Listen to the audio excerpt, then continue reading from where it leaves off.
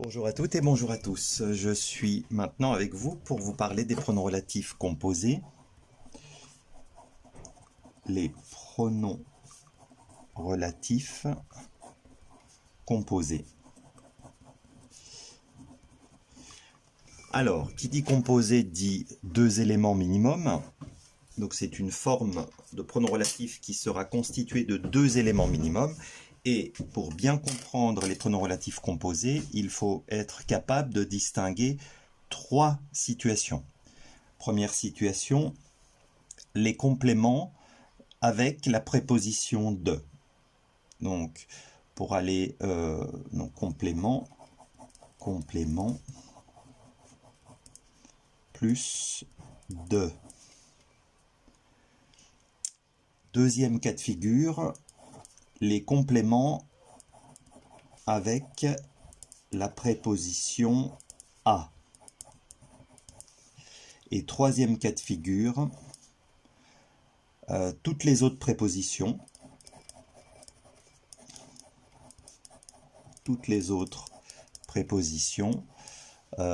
exemple, avec, pour, sur, etc.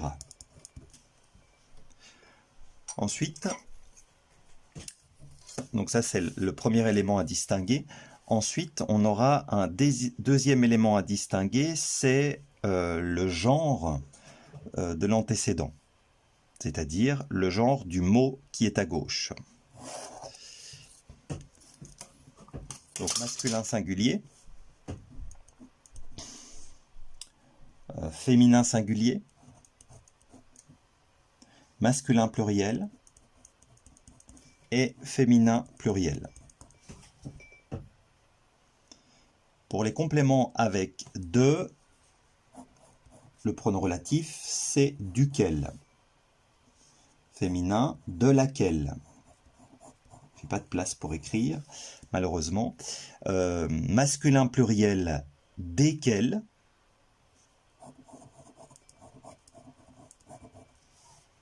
Et féminin pluriel, desquels.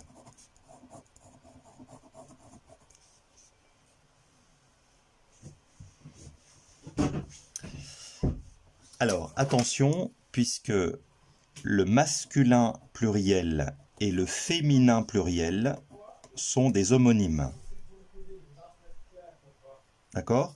Donc ici, vous devez faire attention puisque la prononciation sera la même.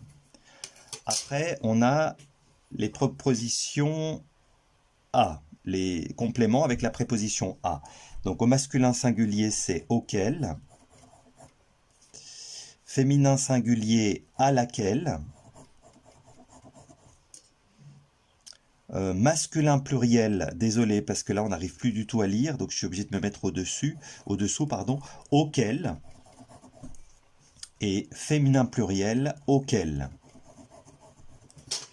Donc ici c'est pareil, le masculin pluriel et le féminin pluriel se prononcent de la même manière. Attention également. Et pour les autres prépositions, au masculin singulier, ce sera lequel. Exemple, avec lequel, pour lequel, sur lequel. Au féminin singulier, laquelle. Avec laquelle, pour laquelle, sur laquelle. Au-dessus de laquelle. Au masculin pluriel, lesquels. Et au féminin pluriel, lesquels. Donc, comme vous venez de l'entendre de nouveau, le masculin pluriel et le féminin pluriel ont la même prononciation, ce sont des homonymes homophones. Donc attention.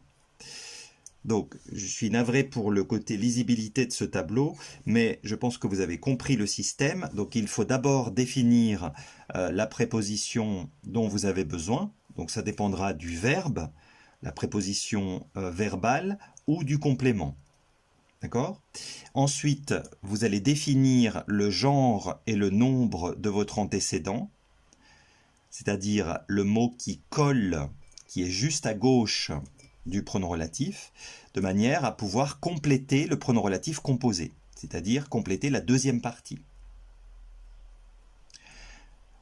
Donc ça c'est très technique, il faut juste apprendre par cœur ces formes. Toutes les formes qui sont ici, il faut les connaître absolument par cœur, faire attention aux homonymes, et après bien sûr appliquer, c'est comme tout, il faut absolument appliquer et faire des exercices.